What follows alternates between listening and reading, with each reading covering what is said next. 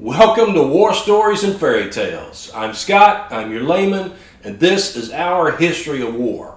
And today, I am wearing the spangliest thing I own because this is the first day of 2025.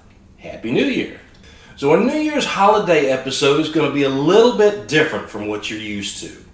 We're not going to have a war story for this episode. Instead, it seems appropriate for the new year to take a look at an innovation that changed warfare forever. So today, we're going to talk about the history of gunpowder. Now this one's going to be a little bit fast and furious.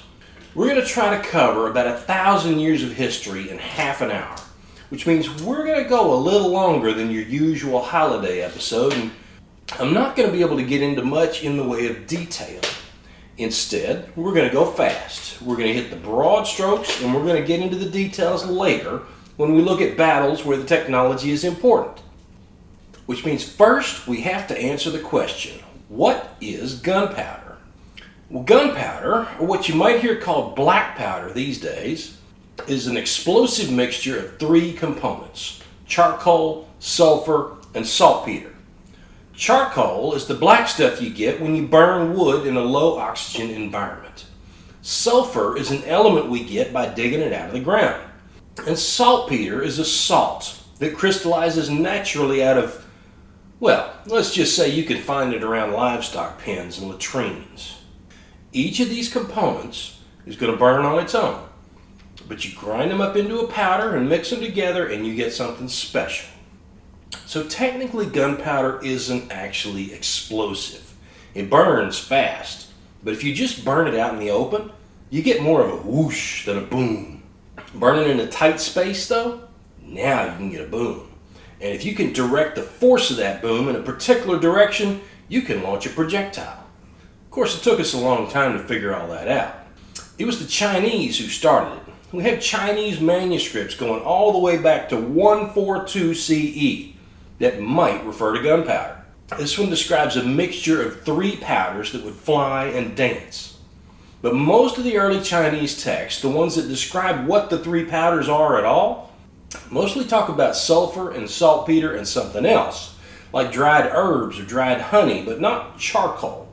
So it looks like these early recipes may have been good for lighting fires, but not for making shit go boom. Interestingly enough, the Chinese don't seem to have been trying to make things go boom at all, but to transmute one metal into another, or maybe to find an elixir of immortality. So the boom, like many military innovations, came from a happy accident, or depending on your point of view, a not so happy accident. In fact, there's a document from the mid-800s that describes somebody burning themselves and burning their house down with a concoction that included saltpeter and sulfur. The first reference we have for a military use for gunpowder is in a text from 1044. Actually, it's a copy from 1510 of a text from 1044, which has given us a whole bunch of theories that maybe the Chinese didn't invent gunpowder after all, that maybe the document isn't real and gunpowder actually came from someplace else. But we're going to stick with the traditional timeline because it makes sense to me. But this 1044 text is the first place we have the formula for gunpowder: charcoal, saltpeter, and sulfur. They still didn't have the ratios right, but they had figured out the components at least. But for the next 100 years or so, it still wasn't going boom. It was a great way to start fires, and the Chinese used it in fire arrows and other incendiary projectiles. Then, in 1132, we have the first example of something that would eventually become a gun. The fire lance, a pot of this early gunpowder on the end of a stick that could be lit to shower flames and later projectiles towards your enemy. It looks like they had worked out the ratios by the early 1200s, and we see the first iron casing bombs. Because when you pack enough gunpowder tight inside a metal casing, it expands with enough force to send shards of metal in all directions. We call those shards shrapnel, and even though we use different explosives and different metals these days, shrapnel is still one of the biggest killers on the battlefield. Also in the 1200s, we see the first metal handguns, which at the time were just tubes on sticks. We'll talk more about those in a minute. We see gunpowder technology start spreading. We can thank the Mongols for that, probably. We think of them as horse archers, masters of the composite bow, but the Mongols never rejected a new way to kill somebody. So when they learned from the Chinese how to use gunpowder, they took it with them. So we see it very quickly in places the Mongols went. In Syria in the 1240s, we had descriptions of bombs, rockets, fire lances, and torpedoes. We see fireworks in India in 1258, and the first description of gunpowder in Europe in 1267, when a monk called Roger Bacon recorded the recipe and described its use to make things go boom. And we see the first guns in the West in 1260, when the Arabs may have used cannon for the first time at the Battle of Ain Jalut against the Mongols. And in 1326, we get the first representation of a cannon in Europe, a painting of a guy touching off a cannon with a spear in it. And if there was anything the people of Europe loved, it was a new way to kill people. So guns developed along two general lines. The kind a dude could carry by himself, which we call small arms today, and the kind he couldn't, which we call guns or cannon. And at first they looked pretty similar. The biggest difference was in their size. So the kind of gun a dude could carry went by many names, but the ones that might be familiar to you are hand cannon, or maybe handgun. We're going to call it a handgun with a little bit different spelling than you're used to make it distinct from the later guns we'll talk about. It was basically a fire lance made out of metal, about a 2-foot iron tube on the end of a staff. The soldier would pack a load of gunpowder into the barrel, jam a ball down on top of the powder, and ignite the powder by lighting a fuse that stuck out through a small hole at the bottom end of the barrel. But fuses can be a pain in the ass. It's a separate item you have to carry, and they might not always burn at the same rate, which means you don't know how long it's going to take from the time you light the fuse until the gun goes off. So the first improvement they came up with was to get rid of the fuse. Instead, they added a little pan at the base of the barrel, connected to the inside by a small hole.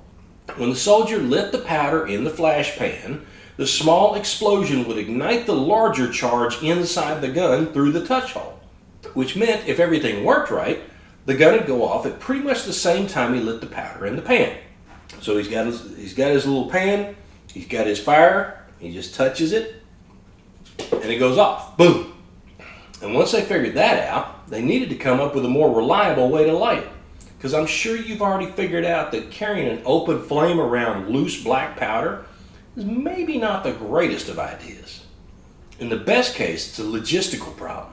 It's going to be hard to keep your flame going, and it's going to eat up a lot of fuel. And if your gunners have to build a fire everywhere they go, they're going to be stuck in one place pretty much for the whole battle. And in the worst case, somebody drops his powder in the fire and blows himself up. That's going to make his buddies think twice about using their own weapons. So, somebody invented the slow match, or brought it from China around 1400.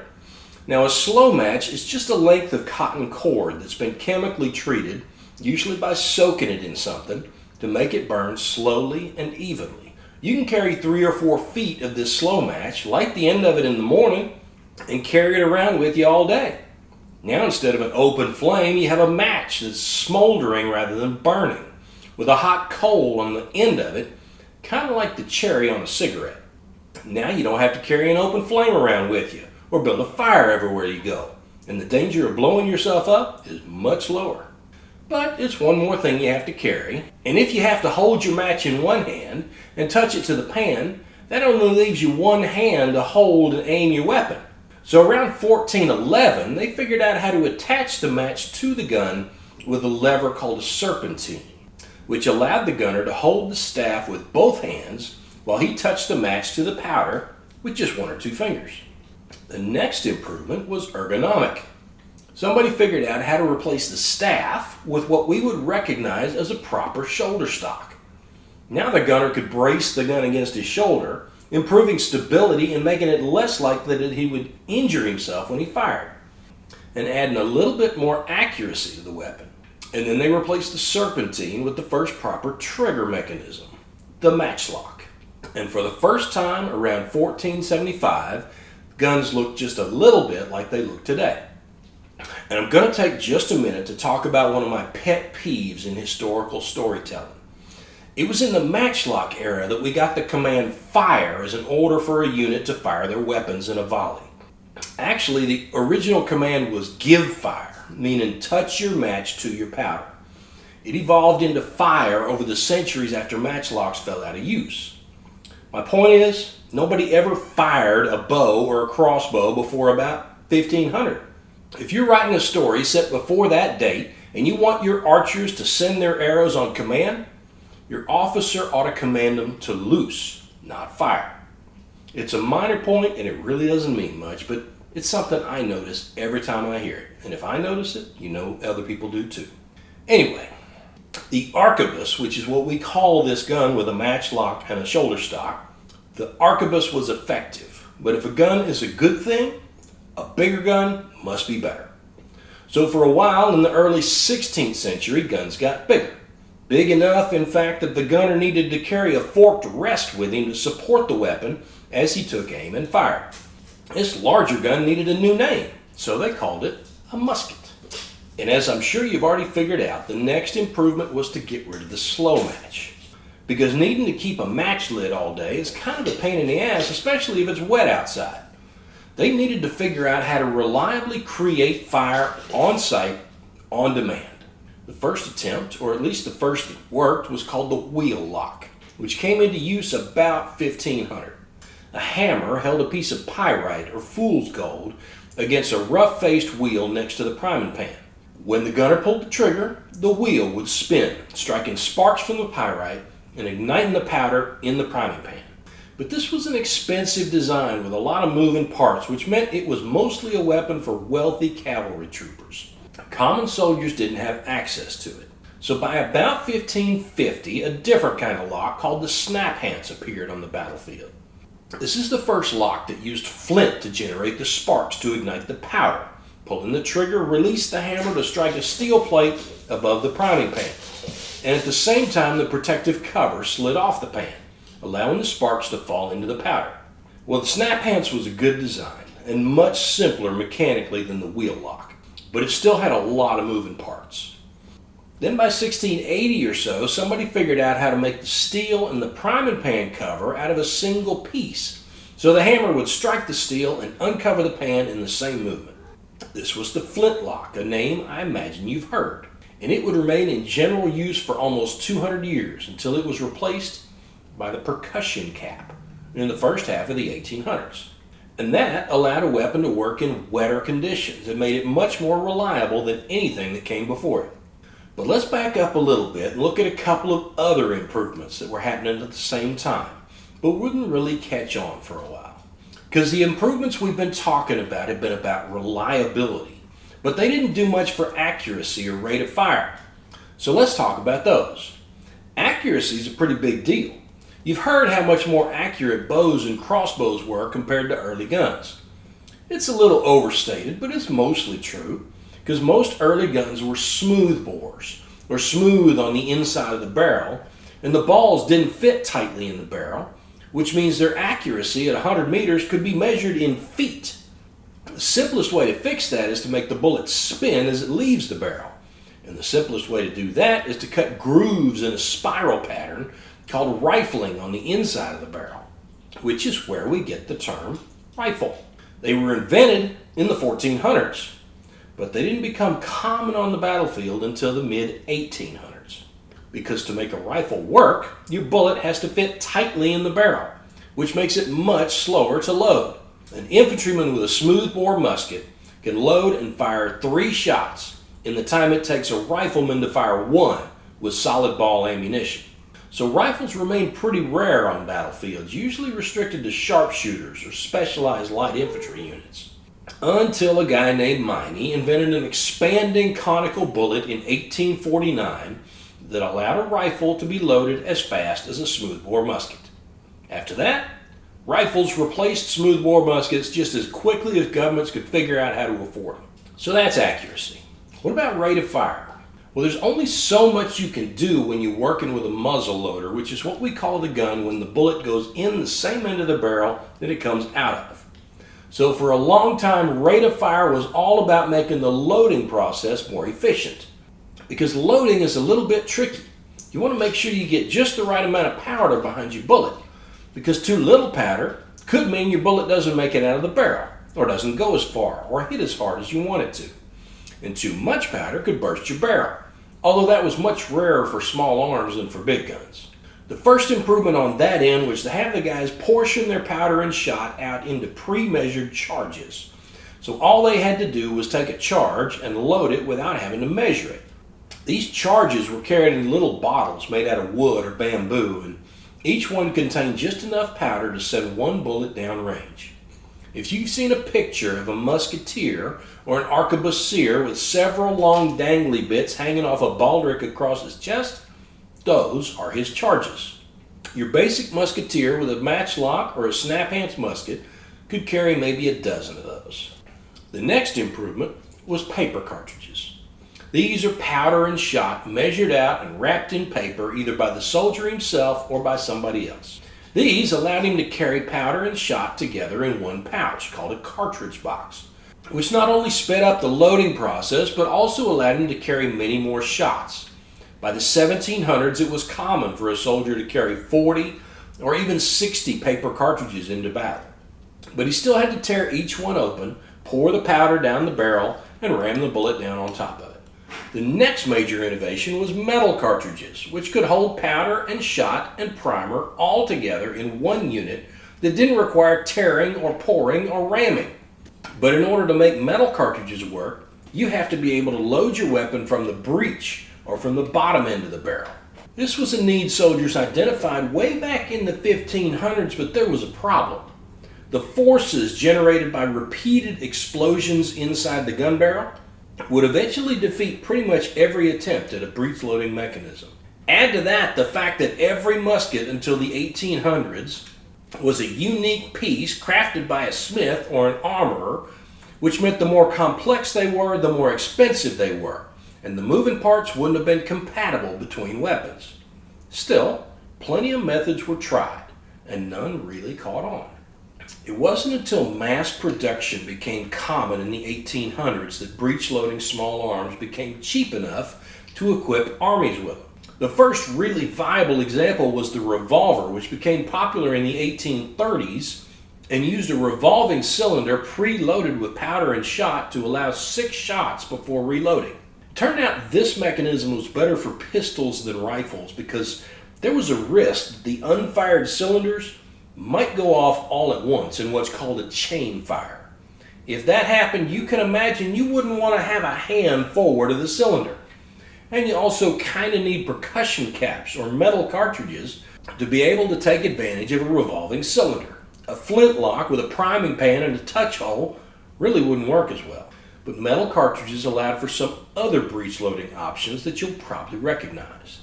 Lever action rifles, where the lever opens the breech to allow loading, then closes it again, became popular in the 1860s.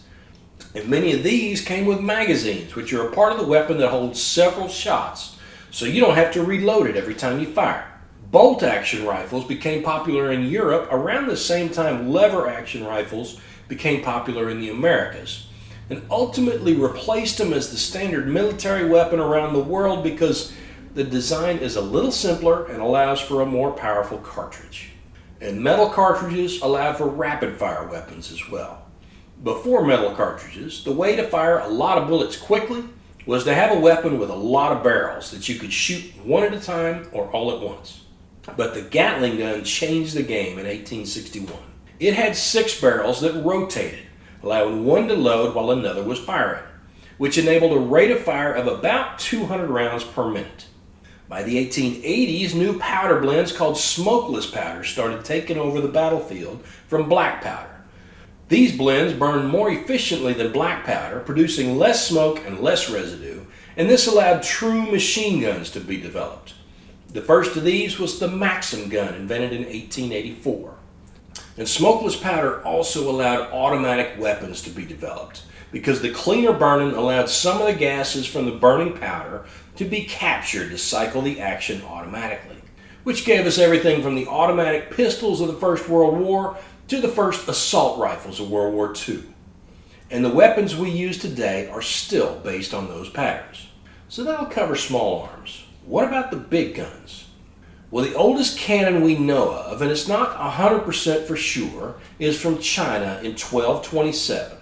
There's one claim that the Mamluks used cannon to defeat the Mongols at the Battle of Ain Jalut in 1260, which we mentioned just a few minutes ago. But there's not much evidence to back that up. There's better evidence that the Chinese were using cannon by about 1280, which probably means everybody else had them after that date. In 1326, we start seeing cannon mentioned in European sources, with the illustration we looked at a little while ago. They started using wooden cannon in about 1344, which, surprisingly enough, were effective for a few shots at least. But most cannon, as I'm sure you already know, were made out of metal, just like they are today. Early cannon were a little like bells, at least in terms of how they were cast and put together. These were generally made out of bronze or iron. Bronze holds up better and lasts longer, but iron is cheaper. Early guns usually threw balls of stone instead of iron, and I don't know this for sure, but you have to imagine there's a risk of a stone ball shattering on its way out of the barrel, which hopefully wouldn't do anything but turn the gun into a giant shotgun, sending thousands of shards downrange instead of one big stone ball. But you can also imagine a scenario where a stone ball cracks and gets lodged in the barrel on its way out, which would cause the gun to explode. Not ideal for the guy standing next to it. At any rate, iron ammo was pretty much universal in Europe by about the middle of the 1400s. Which brings up a point we need to talk about. Because in the movies, just about all projectiles fired from a cannon are explosive. That's true today, but in the black powder age, it was only true sometimes. More often, cannon from the 1300s to about the mid-1800s would fire what's called round shot, solid balls that were great at smashing through ships' hulls or fortress walls or crowds of people. Other kinds of projectiles include grape shots, smaller balls about the size of your fist that turn the gun into a giant shotgun for use against crowds or formations. Or shells, these are the explosive rounds you always see in the movies. You might also see chain shot, which might be just a length of heavy chain, or it might be a pair of balls, or a single ball cut in half and joined by a chain. You could use chain against people, but it'd be more common to see it used against ships to cut sails and rigging. You might also see something called hot shot used against ships in the 1600s and 1700s. This is round shot heated red hot before it was fired to try and start fires in any ship it hit. So how did they fire these big guns? Pretty much the same as the small arms for a while. First with a fuse, then with a flash pan ignited by a slow match. That was the state of the art until about the 1750s when flintlocks were added to big guns, and they were replaced by about the 1850s with friction primers that could be activated by pulling on a lanyard. And guns were bigger and more expensive than handguns or arquebuses or muskets, and harder to move and load, so we see earlier experiments with breech loading than we do with small arms. The first breech-loading small cannon showed up in the late 1400s, even though they wouldn't become common until the 1800s, when machining and mass production became common. Rifling was pretty rare in cannon until after breech-loading, because you can't force an iron ball down the muzzle of a cannon as easily as you could force a lead ball down into a rifle. Better to use that time to fire more shots instead. And throughout the period, guns generally got lighter and more mobile. A weapon as powerful as a cannon is pretty much guaranteed to have a place on the battlefield, as long as it does more damage to the enemy than it does to your own troops.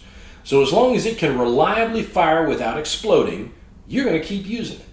That said, if you can figure out how to make a gun that weighs half as much as the ones your enemy has, while doing close to the same kind of damage, you're going to do it, because you have more options for using that gun than your enemy does with his. So you're going to figure out, or you're going to pay people to figure out, how to build the same gun with less metal, which means you're going to have a trade-off between mobility and durability. Some of your guns are going to be too light, their walls too thin, and they're going to explode and kill your gunners. And that's generally regarded as a bad thing, so you build the next gun just a little bit heavier. But you keep building guns because they're too good to leave them behind for you. This pattern means the technology of big guns drove improvements in metal technology and construction techniques from the 1400s to today. A gun firing a 6-pound ball in 1450 might require a dozen horses to move it. The same size gun in 1850 would need 2, or maybe even just 1 mule in a pinch.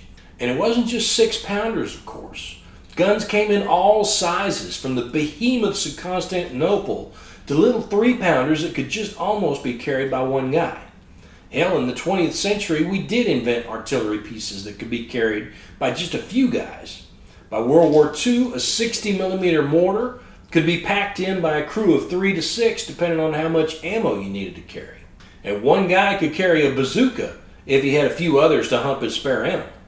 So we're already way over time for a holiday special, and we haven't even talked about rockets or mines or grenades, and we've barely mentioned mortars and torpedoes, and we haven't talked about conical rounds versus spherical rounds, or how explosive shells might have been used, or the difference between a gun and a howitzer and a mortar. We're going to have to do those in context when we get to them.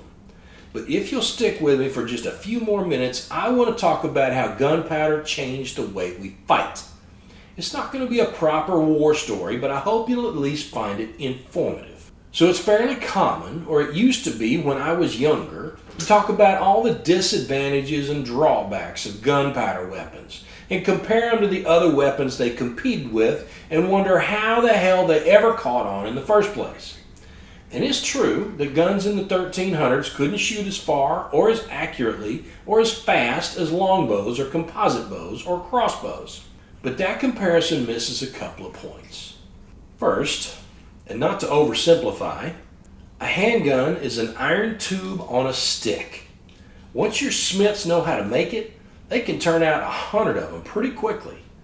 Compare that with a longbow, which requires just the right piece of wood, cut in just the right way, and aged and shaved and shaped and smoothed over the course of a year or more. A composite bow doesn't have to age as long as a longbow, but it requires layering and gluing on top of most of the same steps as creating a longbow. And a crossbow is a machine with lots more moving parts than a handgun. Second, it takes years to train a bowman, but you can train a crossbowman or a handgunner in an afternoon.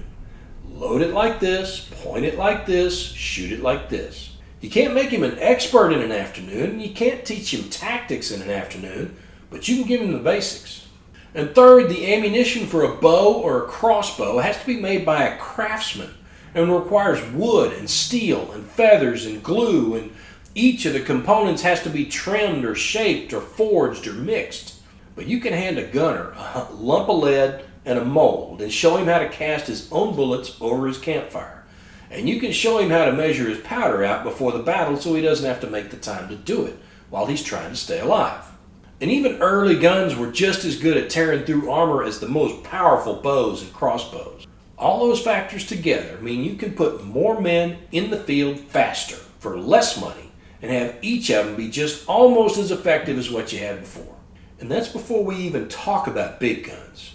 Because no bow or crossbow or even catapult or trebuchet can do what a cannon does, which is batter down walls or cut through entire units of men in one shot. So for all their drawbacks, guns change the game very quickly. The real question isn't why they ever took off in the first place, it's why they took so long to get going. A big piece of that is the technology and equipment and expertise it took to cast or forge cannon. And another is the limits of single-shot small arms in close combat. So cannon changed the way we fought much faster than small arms did. By the 1450s, fortress walls started to go from tall and steep to keep people from climbing up them, to low and thick so cannonballs couldn't knock them down. It was the Ottoman siege of Constantinople in 1453 that got everybody's attention. The city had stood against siege after siege for 1,000 years. The city that the military experts of the day thought was pretty much impregnable. That city went down to the Ottoman Empire after not quite 2 months of bombardment by something like 50 giant cannon. And when I say giant, these guns were the original BFGs. They weighed up to 15 tons apiece and fired balls weighing half a ton. They weren't carried around on carriages from point to point on the battlefield. These were placed once, aimed at the walls of the city, and they had to be dug down into the ground in order to fire. These were not the kind of field guns you've seen in movies. These damn things weren't going anywhere, but they did the job. The walls came down, the city fell, and suddenly everybody realized their castles just weren't going to do it anymore. And everybody wanted guns. And by the 1500s, pretty much everybody had them. Which brings us to another question from my youth. Why were armies so stupid as to wear bright colors and put everybody shoulder to shoulder and march in a straight line? Why not spread them out and have them dash from cover to cover like we do today? Well, maybe they weren't quite as stupid as the question implies. Because for all their disadvantages, those kind of tactics made sense then, just like our tactics do now. The first argument is the simplest and probably the least convincing these days. We've been using linear tactics at least since the Bronze Age, and they were still working in the 1400s. And there's actually a good reason for that. Because when you scoop some poor bastard up off his farm and give him a weapon and tell him those guys over there are his enemy and he can go home after he kills them, he's less likely to run away if he has guys he can trust next to him. Or alternately, if you put him in the middle of a formation so he can't run away. And when the weapon you gave that poor bastard is accurate within a few feet at 100 yards, it makes sense to put a bunch of them together if you want to be confident of hitting your target. Which means the offensive advantages of a linear formation outweigh its defensive disadvantages. There's one pretty big problem though. If the enemy won't leave the field before you can close the distance with him, or the weather's bad and your weapons won't fire because your powder's wet, you're going to need a way to go toe-to-toe with him. And an arquebus or a musket that you can only fire 3 times a minute isn't going to get it. So in around 1500, somebody figured out how to mix guns and spears in the same formation.